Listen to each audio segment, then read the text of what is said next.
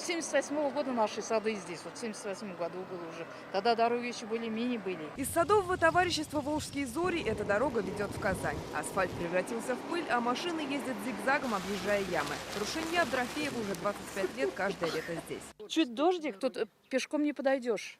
Вот болотные сапоги или одеть, или вот по трубам идти только газовым, больше никак. А вот как нельзя кстати и дождь. Скоро эта дорога превратится в полосу препятствий для тысяч дачников. Ведь садовые товарищества простираются на километры по обе стороны от нее. Мы пишем в Казани, мы раздаем везде, там, во все инстанции. Проблемная дорога сегодня привела дачников на встречу с депутатом Госсовета Республики. В поселке Васильево их выслушал региональный координатор федерального проекта «Дом садовода. Опора семьи». Не только выслушал, но и обнадежил. ТНТ «Волжские зори», СНТ «Кожевник», СНТ «Сад» номер 3. 16,5 миллионов рублей будет выделено на ремонт этих дорог. Работы начнутся уже в этом месяце. По проекту на такие дороги по всей республике выделят 300 миллионов рублей. Еще 100 на водо- и электроснабжение. Чего еще не хватает, спрашивают у самих дачников. На следующей неделе в Елабуге и Челнах. Важно очень услышать людей. Вот видите, сколько сегодня вопросов.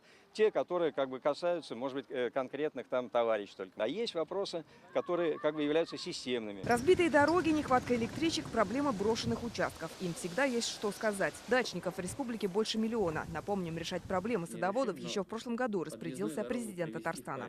Люди, которые среднего или достатка ниже, это является их источником как обеспечения себя необходимыми продуктами питания, но и точкой зоной для отдыха. Не каждый в состоянии съездить отдохнуть в Турцию куда-то, не у каждого финансы. А я бассейн куплю, поставлю, налью картинку Турции, повешу, и все, я в Турции. Чтобы условия у татарстанских дачников были действительно курортными, из республиканского бюджета в этом году выделят 550 миллионов рублей. Всего же проект пока рассчитан на 3 года. Лена Анатольевна, Марат Зайдуллин, ТНВ, Зеленодольский район.